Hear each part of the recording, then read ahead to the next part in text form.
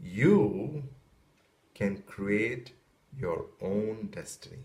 You can create your future. A lot of people say, if I ask a normal person, who's in charge of your destiny? A lot of people will say, well, God. Who decides your future? God. No, God doesn't decide your future.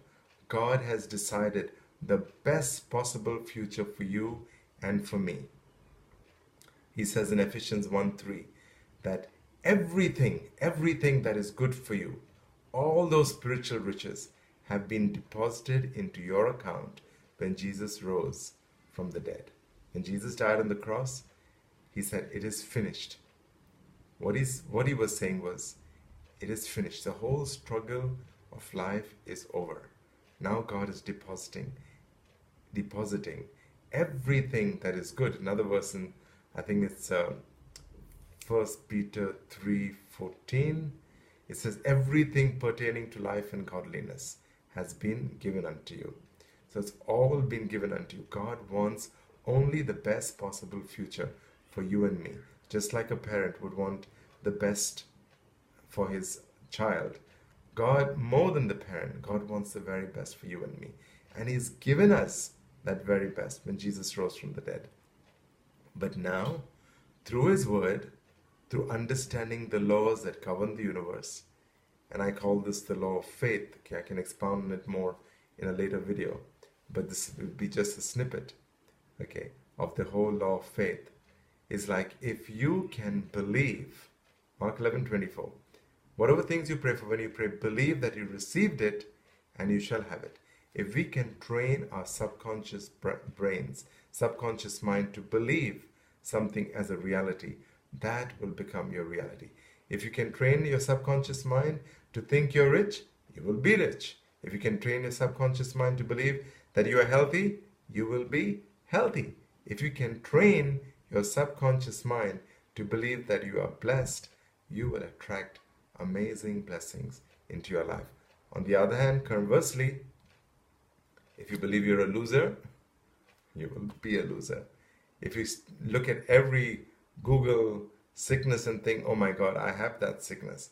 Oh my, this aches and that aches. Maybe I have this, maybe I have that. What happens is you will attract those things into your life. Job 3:25 says, the things which I am afraid of have suddenly come upon me. The things which I have dreaded are now upon me. What Job was saying was, all those things that he feared, he attracted them. All those things that he feared, all those things that became part of his subconscious mind, he attracted into his life. Okay, Job was a total worrywart. Complete total worrywart. He looked at all his cattle and his sheep and his riches. You know what thought entered his mind? Oh my God, what if something bad happens to all my stuff? What if it gets destroyed? So according to the Bible, in the book of Job, it says every day he offered a sacrifice for all of his cattle and his wealth. And his sacrifice was like, on the altar in the olden days, they offered a sacrifice. His sacrifice like, God, don't let anything bad happen to my cattle and my riches. He did that every day. Then he'd look at his sons and he would do the same thing. God, don't let anything bad happen to my sons. Here's another offering for you. Then he would think of his health. Say, oh my God, I hope I don't get sick. So every day was like, God, please don't let me get sick. Please, here's another offering for you. He did that day after day after day after day. But what was his subconscious brain believing? That I'm sick, don't let me get sick. My sons, my kids, they're going to get into trouble. Don't let them get into trouble. He had programmed his subconscious brain to believe in the negative. So according to the story of Job, what happens? All those negatives he attracts into his life. His cattle get destroyed, his kids get destroyed, his servants get destroyed, his health gets destroyed. Because what it says is, as a man thinks in his heart, so is he. As you program your subconscious brain, that becomes your reality.